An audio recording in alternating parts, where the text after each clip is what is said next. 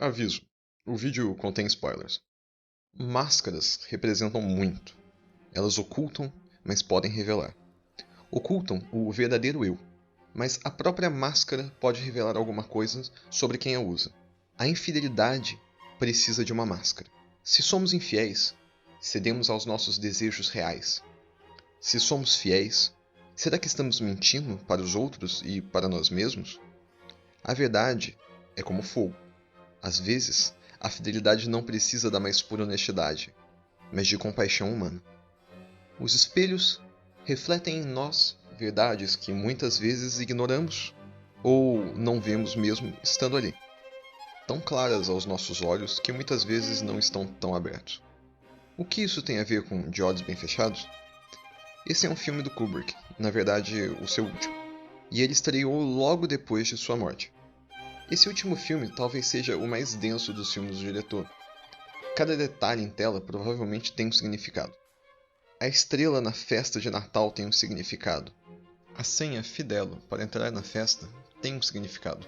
As pessoas todas na trama têm significado. O filme passa uma mensagem complexa que não é fácil de resumir.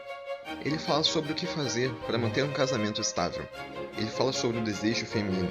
Ele fala sobre o que há por detrás das aparências. O que há além do que desejamos ver. Fala sobre reprimir o desejo para se ter uma vida melhor. Para entendê-lo melhor, vamos dividi-lo em duas partes. A primeira parte é sobre a vida e as dificuldades do relacionamento entre Bill e Alice. No início, vemos ambos em uma festa de Natal dada por um rico homem conhecido do casal. Podemos dizer que o filme alterna entre o dia e a noite, as aparências e a realidade, e constantemente nos arrasta de um para o outro sem muito aviso. O homem está num quarto afastado, nu, diante de uma moça também nua. Aí temos a realidade, a noite. A luz, por outro lado, é a aparência. A luz afasta os desejos. A luz nos mantém presos aos detalhes. A luz nos causa medo. A dimensão simbólica do filme é complexa, porque ela se alterna, e mesmo tentar resumir o significado dos símbolos em poucas palavras é bem complicado. A segunda parte tem Bill como protagonista. No meio do filme, Alice revela a Bill que já teve sonhos eróticos com outro homem. Todos temos sonhos ou desejos eróticos, acordados ou dormindo, com alguém que não o nosso eterno companheiro. Isso em si não é infidelidade. Infiel é apenas o que age. Mas, ainda assim, a confissão do desejo, saber-se insuficiente frente ao outro, pesa. Vale aqui ressaltar que esse diálogo tem muito mais do que simplesmente essa mensagem. Ao mesmo tempo em que Bill confessa a podridão da natureza masculina, que basicamente apenas busca mulheres por prazer, ele parece negar que exista tal faceta idêntica na natureza feminina, no que Alice derruba sobre ele um mar de verdades inconvenientes. Bill, um médico, é obrigado a sair de casa por causa de uma ligação de uma paciente, que convenientemente acontece logo ao fim da conversa. Naturalmente, ele fica consternado com toda a situação. Ao chegar na casa da cliente, cujo pai havia acabado de morrer e Bill só iria lá para confirmar o óbito, ele encontra Marion, a filha, que sem muita dificuldade o beija, mesmo sendo casada com outro homem, que, diga-se de passagem, é muito parecido com o próprio Bill.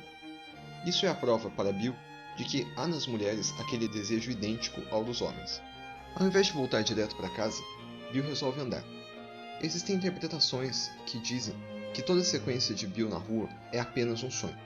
Tal interpretação se sustenta por alguns motivos. Algumas das cenas da rua são feitas usando uma técnica específica, onde você pega as filmagens do local e coloca o ator sobre uma esteira e ele anda com um fundo falso sendo projetado atrás dele, o que gera um efeito estranho de que as coisas estão embaçadas, o que seria referência a uma espécie de sonho. Mas não apenas isso indica que a sequência toda seja um sonho, visto que muitos objetos e coisas parecem confusos, casualmente desaparecem ou mudam de lugar. Na rua, de início, ele é abordado por um grupo de rapazes que, de maneira estranha, implicam com ele, o chamando de fracote. Isso talvez represente, no caso de um sonho, o seu próprio inconsciente lhe dizendo algo. E no caso de não ser um sonho, o diretor nos está dando o tom do que esperar da noite, do escuro, dos desejos não reprimidos. violência e incerteza. Logo em seguida, ele é abordado por uma garota de programa que o convida para ir à sua casa. Ele aceita, mas está claramente incomodado. Faltando pouquíssimo para que ele traia a sua esposa com a menina, ele recebe da própria esposa uma ligação e acaba desistindo e vai embora. No dia seguinte, ele descobre que a moça tinha AIDS. Continua a vagar pela rua e por acaso encontra um velho amigo que havia visto na festa do início do filme. Este lhe diz que ele irá tocar em uma outra festa, uma estranha festa, onde ele toca vendado. O amigo lhe indica o local e como se vestir. Num resumo brevíssimo do que se passa, ele vai a uma loja de fantasias, consegue a sua e vai para a festa. Lá ele vê o submundo vil dos ricos, mas é pego e tem de revelar seu rosto. Consegue sair de lá, mas não sem algum prejuízo. Ao chegar em casa, ele não sabe dizer se o que houve era verdade ou não, e o que sua esposa lhe diz não ajuda a decifrar a verdade.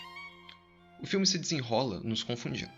A mensagem geral, ao que me parece, é exatamente a de que existe uma tênue linha entre a noite e o dia, a luz e a escuridão, o desejo e a vontade, o instinto e a razão. Nenhum deve dominar a nossa maneira de ser. Ambos precisam estar em equilíbrio no eu.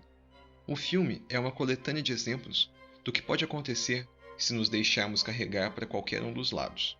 Alice, sendo exageradamente honesta com o marido, quase acaba com a relação de ambos. O marido, quase cedendo à garota de programa, poderia ter-lhe causado um dano irreparável. Os ricos que promovem suas orgias precisam de máscaras para dar cabo de seus prazeres macabros, enquanto nós, em nossas vidas mundanas, temos que vestir máscaras invisíveis se quisermos manter nossas vidas livres de problemas. Sei que deixei muitos detalhes passarem, mas também Kubrick levou quase 30 anos escrevendo o roteiro e idealizando o filme, o que pode nos revelar que, sem dúvida, cada detalhe tem razão de ser. Eu finalizo o vídeo citando o próprio Kubrick numa entrevista a Playboy em 1968. É verdade que sua entrevista era sobre 2001, mas suas palavras, sem dúvida, valem para de olhos bem fechados. Não é uma mensagem que pretendo transmitir em palavras. 2001 é uma experiência não verbal.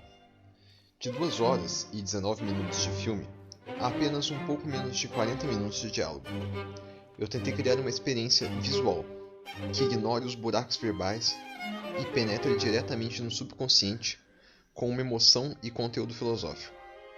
Eu pretendia que o filme fosse uma experiência intensamente subjetiva que atingisse o espectador em um nível interno de consciência, assim como a música faz. Explicar uma sinfonia de Beethoven seria emasculá-la, erguendo uma barreira artificial entre a concepção e a apreciação.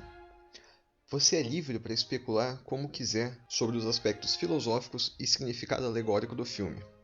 E essa especulação é uma indicação de que conseguiu agarrar o público a um nível profundo.